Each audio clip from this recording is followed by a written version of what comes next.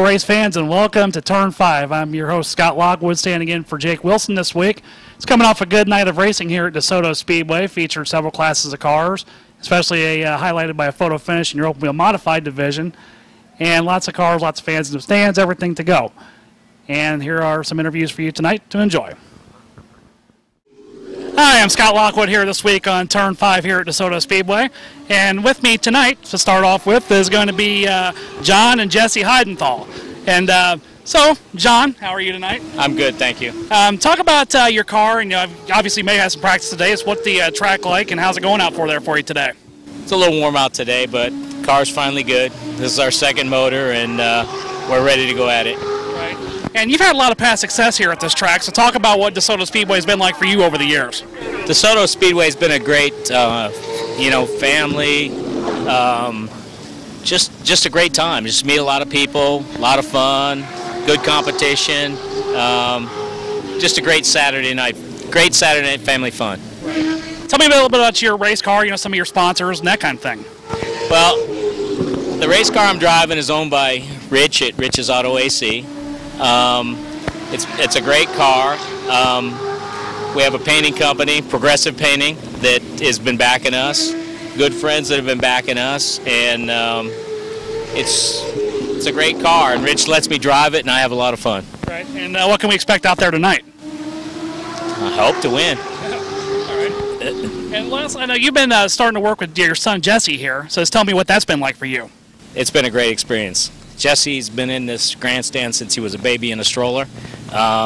He's been here, every weekend. He's always with me. He loves to race. I've been a racer all my life. Started out with motorcycles. In 1997, I started the car thing, It's just a natural thing, and Jesse's taken to it. He's good. He's going to be good. Right. And Jesse, I'll come in with you now. Just tell me, what it's been like for you racing out there and trying to follow in your dad's footsteps a little bit. Well, it's been a lot of fun. This is only my second race, but I'm just hoping to get out there and win. Right. And what was your first race like for you out here? Just tell me what it was like getting in the car for the first time and just what it felt like out there. It was nerve-wracking and exciting. Right. And so where do you want to go? Obviously, you're going to race the Rookie 4s. Are you going to do this again next year too, or? It all depends how I do in the season. If I do good in the Rookie 4s, then I'll probably do mini stocks or Pro 4s next year. All right, well, there you have the father-son duo of John and Jesse Heidenthal here on Turn 5. Here on Turn 5 with Kenny Gibson, driver of the new number 23 mini stock. Kenny, welcome to DeSoto. How you doing? Pretty good. How about yourself? Doing well. Talk about, this is your first night back in the race car in 3 years, so just talk about, where this car came from and what's your thoughts going into tonight. Well, I just bought it last night for $700. Couldn't complain, so figured I'd come out and have some fun and get back into it a little bit and see if I can make it a little faster.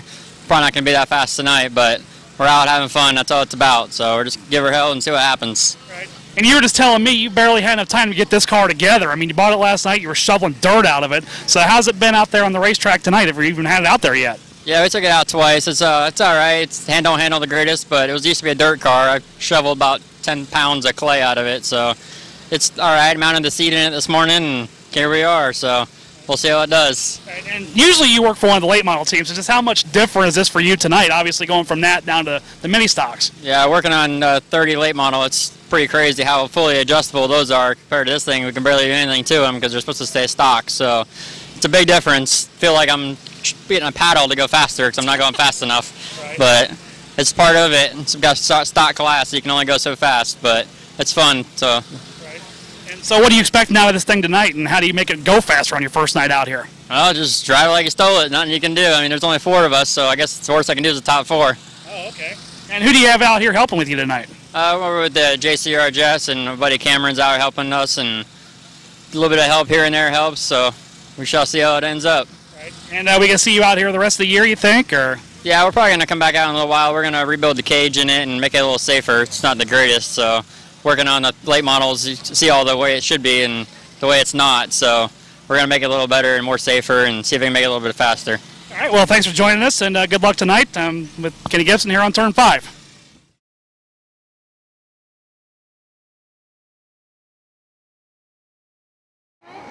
Shirt? Yeah, that might work out better. All I had in the bit. May, go ahead and have him sign your shirt. Sign his forehead. Sign your forehead? No. Oh. Hey, sign your kid's forehead. I'll let him sign my kid's forehead. No, it'll come up eventually. Here, All right, keep going. Go around back. You sign your shirt too? Front or the back? On your belly?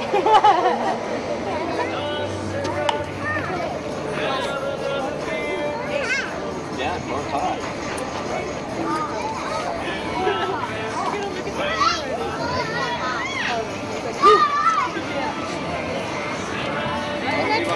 All right, have her sign your shirt too, buddy. Yeah, right here, Wes. Go see Sign Brandon. your shirt too.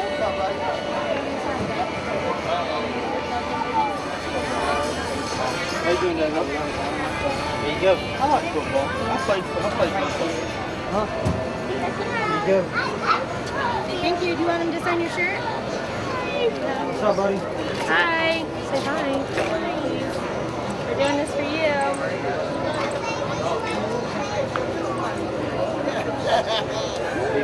Will you sign his shirt too? Wherever you want, Bubba. On that side? Okay.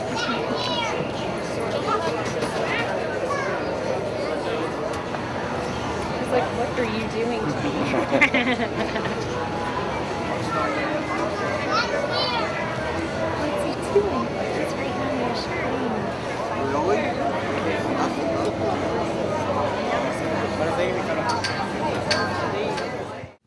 And we're back on Turn 5 with the top 2 finishers of tonight's Take Aim Gun Range Sportsman feature, with winner Aaron Williamson and runner-up Brandon Morris. Gentlemen, thanks for joining. Thank you. Right. And Aaron, we'll start with you. It seemed like you had a good battle there in the first couple of laps, and then you just took off and got the lead. Let's talk about the early stages of the race tonight. Yeah, the invert worked our way where we got the outside and the outside lane moved. That's key. And we just the car was the best the first five to 8 laps and fell off a little bit from there, but there's so much fall off here at this racetrack throughout a race that we were still able to prevail at the end of the race. Right. For a while there, it looked like, or towards the end, it started to look like it was getting a little bit loose. Is that what was going on out there? Yes, absolutely. Throughout the whole race, it gets looser and looser all night long. I mean, my car personally does. But, yeah, it was still fast at the end, and that's all we needed. Right. Tell me about some of the guys that help you out on your car, like sponsors and your pit crew. Well, I got Cars Automotive Service and Sales, my wife, my friend Blake. He comes racetrack with us week in and week out. Actually, LJ Grimm towed my car down here for me tonight. I was at my daughter's beauty pageant and didn't show up till 6 o'clock. But he got us practiced car good for me and got us a good hot rod. And got to thank him and my dad, my whole family, everybody that helps us out week in and week out. Seems all season you guys have been on, it's like you and Brandon have been winning most of the features here, especially with you up front. Just talk about what it's been like for you this year and how good the car's been all year. Oh, the car's been awesome everywhere we go. I mean, it's good AMF chassis.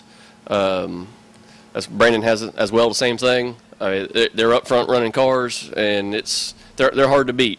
I feel everywhere we go in the state, me and Brandon both are the top 2 cars every time we show up and unload. And what are your plans for the rest of the year? Obviously running here for the points, but where else do you run? I'm gonna go wherever the money's at. I mean, if they're gonna pay decent money, I'm gonna go. Last week I went to Citrus County, unloaded, rained out, and we ended up at Bradenton Speedway. Okay. And don't get to race there often because it's over 3 hours away. But we were only 40 minutes away when we was at Citrus County, so we went on up there and ended up second. But wasn't bad for a night on old tires. And our winner from tonight's Take Aim Gun Range Sportsman feature, Aaron Williamson. Now, joining me in Turn 5 is runner-up from tonight's Take Aim Gun Range Sportsman feature, Brandon Morris. How you doing this evening? I'm doing good, man. Thank you. All right, started deep in the field and looked like you were knifing your way up there pretty good. Just talk about the early stages of the race. Looked like you went from the back up to about 5th in the first 5 laps. Yeah, we got drugged back pretty much almost to dead last and just ran out of time. Aaron definitely had a good car tonight. We were there pretty even. I wasn't gaining on him none, and he wasn't pulling away none. He definitely had an awesome car, and he deserved the win tonight for sure. Just wish we could have wish it would have been a little bit different in a race. We wouldn't have got jugged back so quick. Well, it looked early on, once you got to second place, you kind of started moving in on him a little bit, and then the car just started going away on you, or just too equal? I mean, no, it didn't really go away. My right side header was solid red when we got done, so we got to figure out what kind of issues we have there. Right. And just talk about your plans for the rest of the year, too. You like him, just follow the Sportsman pretty much anywhere they go? Yeah, pretty much. Like he said, wherever's putting out the money. I've got a late model that's fixing to be done here in the next couple weeks, and we're definitely going to go racing it. And that's probably going to interfere with the schedule some, but we're going to make the best out of it as we can. Right. And when you have that late model finish, will we see you here racing it at all? Yes, I'll definitely be here, most likely August 30th. So. Okay, very good. Runner-up from tonight's race, Brandon Morris. Turn 5 Racing would like to thank our sponsors. We're still working to try to get some commercial shot, but we want to give a big thank you to Dean's Tree Service. Dean Buttram, sponsor of our Turn 5 Racing here. He's got 2 cars in the modified mini class, the number 32 and the 93. If you need any kind of tree removal or tree services, you can call Dean's Tree Service at 922-3509. That's Dean's Tree Service. Thank you to Dean Buttram and Dean's Tree Service for your continued support of Turn 5 Racing. Tonight's feature lineup was led off by the Rookie Ford division, and that race was 15-lap feature in the beginning. Jesse Heidenthal grabbed the lead at the start of the race, with heat race winner Dustin Wilson following and quick in tow. Wilson grabbed the lead on the 3rd lap, and with the caution flying on lap 5 for contact between Jimmy Best and Kristen Milthaler. On a restart, Wilson jumped out in front and cruised to the win, with Heidenthal finishing 2nd and Best passing Milthaler for 3rd coming to the checkered flag. Next up was the 20-lap mini-stock feature event, with heat race winner JCR Jess grabbing the lead at the start of the race at the green flag. For the first half of the 20-lap main event, she led Ronnie Robinson, who was close on her tail. At the halfway stage of the race, Jess and Robinson were splitting lap cars, with Jess keeping the lead each time. Robinson would drive underneath Jess with 5 laps to go, and heat race 2 winner Randy Johnson, who started deep in the field, getting to 3rd with about 5 to go. Johnson quickly ran down to 2 leaders and getting by the 91 of JCR Jess with about 2 to go. He got to Robinson's bumper there quickly thereafter at the white flag and made one last gasp effort coming to the checkers to get by Robinson. But in the end, it was Robinson holding on to the win by less than a car length. JCR finished 3rd. Up next was the LKQ Pick Your Parts Auto Parts Pure Stock feature. In the beginning of the race, Kyle Best quickly gained the lead with Dwayne Best and Jimmy Best in tow. Jimmy Best got around Dwayne for 2nd on lap 3, with Kyle holding the lead until the handle starts to slip away in the 63 car about 10 laps into the race. On lap 12, Jimmy Best took the lead, but 2 laps later, trouble would break out at the front of the field when Jimmy Best spun in front of the field in turn 4. As Best spun around, he was hit hard by Kyle Best, ending the night for both cars. Dwayne Best inherited the lead with Cody Allen, who started deep in the field, up to 2nd, and Chad Cummings 3rd. Dennis Wilson went from 4th to 2nd on the restart, but the caution flew again 1 lap later for the stalled car of Bobby Mobley in turn 4. On the restart, Best and Wilson got together heading into the first turn, sending Best hard into the turn 1 wall. Wilson returned to the track after quick repairs. Cummings assumed the lead on the restart, with Wilson went from 5th to 3rd on that same restart. For the final 10 laps, Wilson tried to get by Nick Malverty for 2nd, but neither driver had anything for Cummings over the closing stages of the race. Cummings will go on to win for his first win of the season, with Malverty initially being credited with 2nd and Wilson in 3rd. However, Malverty was later disqualified for being found too light in tech, handing the runner-up spot to Wilson and 3rd of the 26 car of Brian Hillier. In the Legends feature, Darren Coker and Seth Adams staged a side-by-side battle for the lead over the first 5 laps of the main event.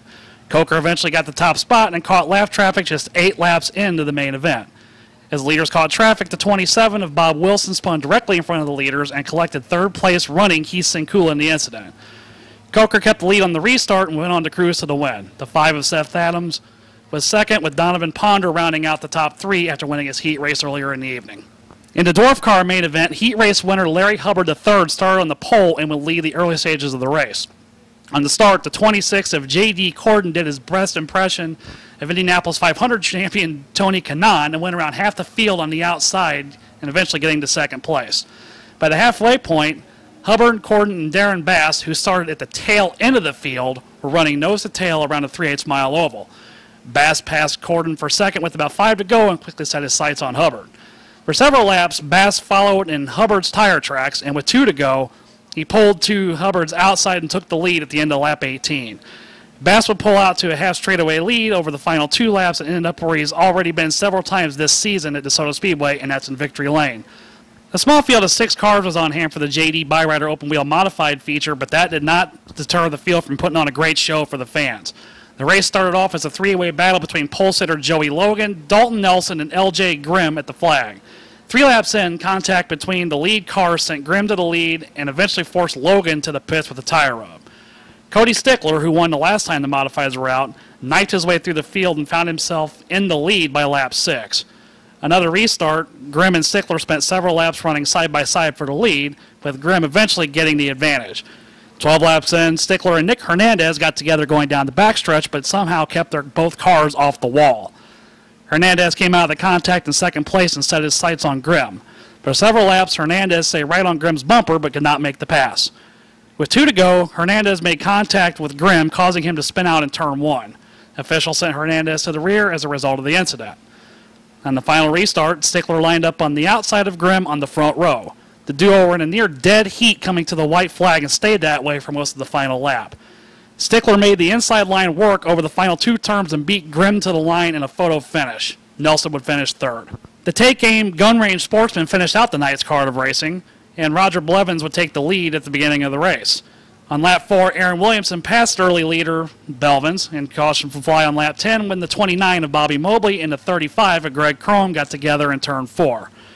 Brandon Morris passed Belvins for 2nd on the restart, and him and Williamson would pull away from Belvins and the rest of the field over the final half of the race.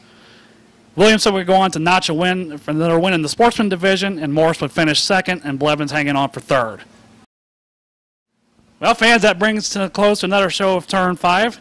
Next week here at DeSoto Speedway, we're going to have the Joey Coulter's Pro Truck Series, along with the Street Stocks, Cowboy Cadillacs, Mini Stocks, Rookie 4s, and Modified Minis. I'm Scott Lockwood. Thanks for joining us on Turn 5. Your regular host, Jake Wilson, will be back next week, and we'll see you at the races.